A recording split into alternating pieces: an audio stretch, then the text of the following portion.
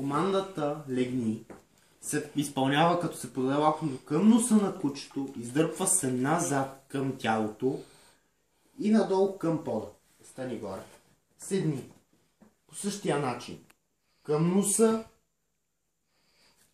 и назад. Докато седне. Помоли се.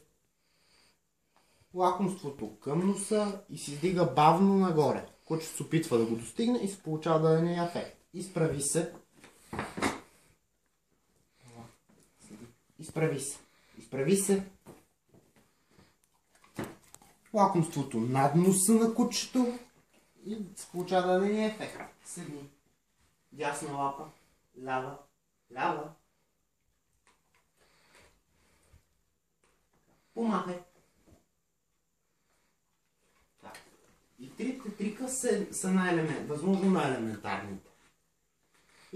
Подава се лакомството към кучето, то пресяга да го вземе, ето по този начин, и му казвате дай лапа и се получава номера.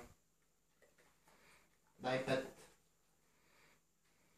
На същия принцип му вдигате ръката малко. Легни.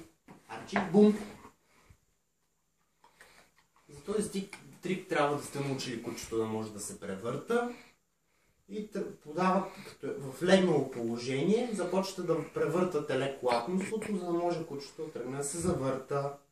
Но тъй като му е много лаком, се изпълнява всичките команди подред. Арчи, легни. Пълзи. В легнало положение сдърпвате леко лакомството напред и се получава номера. Седни. Помоли се. Арчи, легни. Арчи, бум. Стани горе. Легни. Легни. Превърти се. Превърти се.